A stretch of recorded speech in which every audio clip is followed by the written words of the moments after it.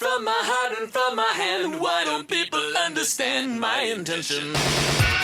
So good morning. So it's time to divert our attention from the grey Mini, because there are three parts at the moment that have stopped the build. One is I'm still waiting for the engine harness. The other one is the roof liner, because for some reason it takes 7 weeks for a sunroof version. And obviously we have to correct the fuel tank issue. The guy from the body shop did come this morning. We've agreed on a game plan, so hopefully this can get corrected in the next few weeks. So for the moment there's not a lot I can do further on this, so we're going to turn our attention to the electric project.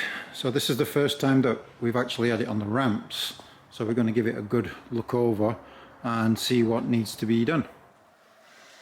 So outside the technical issues regarding doing an electric conversion, there are two other things that you need to consider as well. One is the type approval, and the other one is obviously the insurance, because converting a classic car to electric, the chances are that that configuration didn't exist before, so some of the authorities will not know how to type approve it. Now, I've done some research for the Netherlands, and there are two possible ways to do this. One is to have a current and valid APK or an MOT test and do the conversion within the time frame of that MOT.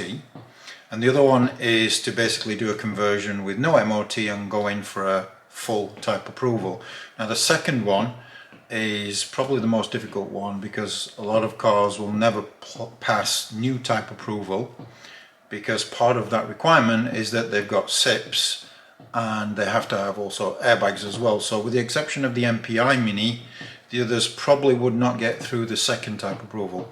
The first type approval, you can basically, as long as the car is in its valid period of a current functioning MOT or an APK, you can do a conversion and then get it retested under that certificate, which seems to be the more logical one for a classic car. On the insurance front, yeah, I've spoken to a lot of insurance companies, and if your type of conversion does not come up on their computer, they can be extremely difficult about this. Luckily, I did find one that's willing to do this, that will allow us to progress with the project. So, yeah, now that we've got the legal standing in place, we can actually start. And the first thing that we need to do on this car is, when I bought the car, it's in good condition, but it had just come out of its APK test, its MOT. So we need to basically go over the car, get it prepped for a new APK, and that will actually start the clock on how quickly we can do the electric conversion to make sure that it gets tested again within its APK MOT period. So yeah, let's crack on. So there's a couple of things with this car that need addressing for its MOT test or its APK. One is that there's way too much play in the steering column, so I'm going to replace the bushings or the sleeves in the steering column to see if that tightens it up. One of the other ones is that the plastic mirrors are cracked and basically do not stay in place, so I've found some new mirrors from that.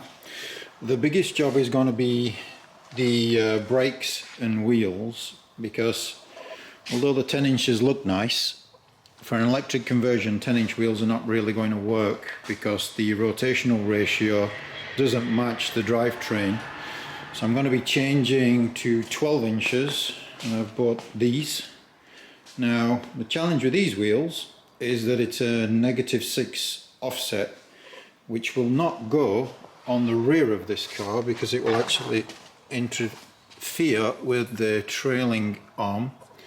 So we either need to space it out or do a complete replacement of the rear drum brake. So I'm not a big fan of spacers, so I've decided that I'll actually go and replace them with super fins on the rear that's already got the correct spacing.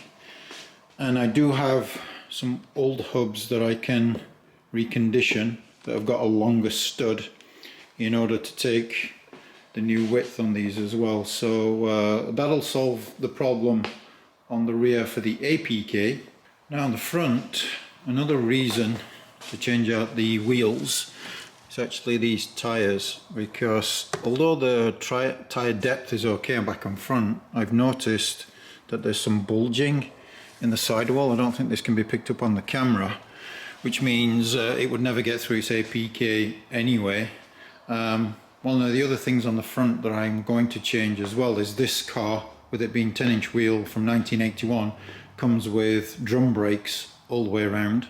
On the front, if I'm using a high torque electric motor, those really need to be disc brakes, so I'm going to do a disc brake conversion on the front as well. But that's not necessarily for the APK, as long as the brakes are working. So we'll come back to that front issue a little bit later on when we really start to making some changes on the car. So let's start by sorting these small jobs out first, and then we'll sort out the brakes on the rear as well.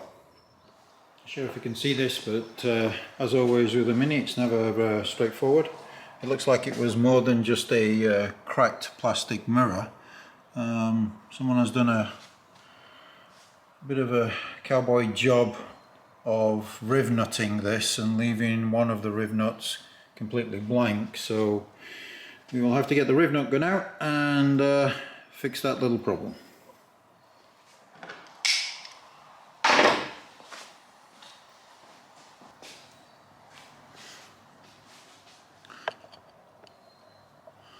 So I found these rather nice chromed Clubman mirrors from Vintage Warehouse. You don't see these too often, especially all metal ones on the Clubman. They tend to be plastic ones, so I was really pleased to find these.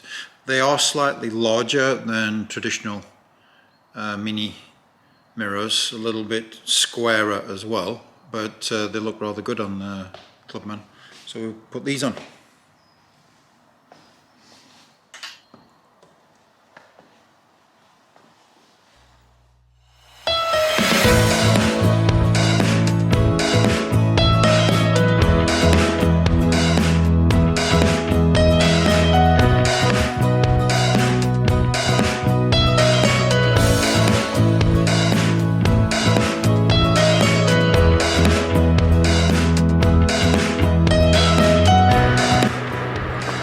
Looks like we might have to dig a little deeper on this rear end, because while doing the brakes, let me just show you this.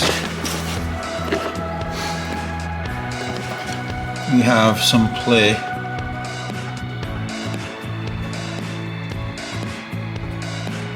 Bushing there. That will not go through an APK, so I need to change the bushings on this as well.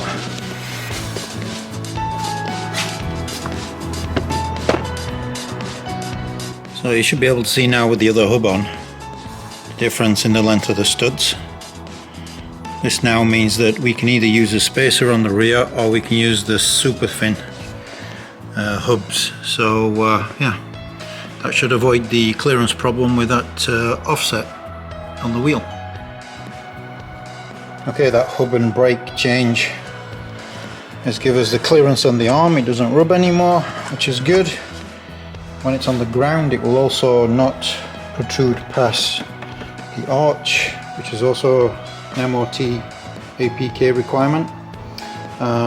Need to do the other side now, but I won't show you this every single part of this process, because there are plenty of channels doing Mini changes and maintenance. This is really more about the electric stuff. I just wanted to show you the preparation that's going to be required even in the first stage before we can even switch to drivetrain. Underneath looks pretty good. All the lines seem to be still in good condition. The exhaust is wobbling. I think it just needs tightening up, so no major problems there. One thing that I am a little concerned about is the fuel tank. It's not in very good condition, and obviously I'd rather not replace this just to get it through an APK. So we may clean this up and see if that rust is really only surface or not. But other than that, apart from this rear brake change, I think we should be okay. Oh, one thing, this was a UK car, so I need to change the fog light to the other side as well for Dutch. So yeah, all good. Let's crack on with the other side now.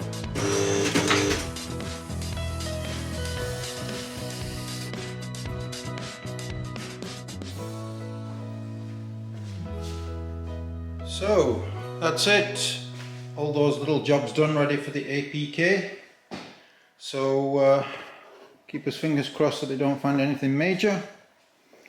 And yeah, please like and subscribe if you want to see continued progress on the electric project, and obviously further updates coming as we finish the grey Mini as well. So yeah, thanks guys, take care, stay safe, see you soon, bye bye.